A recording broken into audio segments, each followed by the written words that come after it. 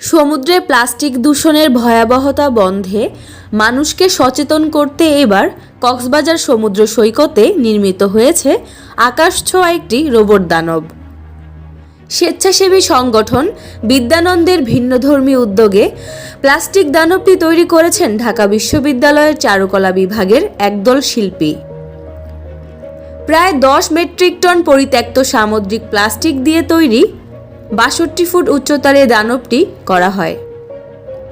এতে প্লাস্টিক বর্জ্যের পাশাপাশি কাঠ, পেরেক ও আঠাসহ আরও কয়েকটি উপকরণ ব্যবহার করা হয়েছে। বিশাল আকৃতির ভাস্কর্যটির পাশে রয়েছে 15 ফুট উচ্চতার ছোট আকৃতির আরও 2টি ভাস্কর্য।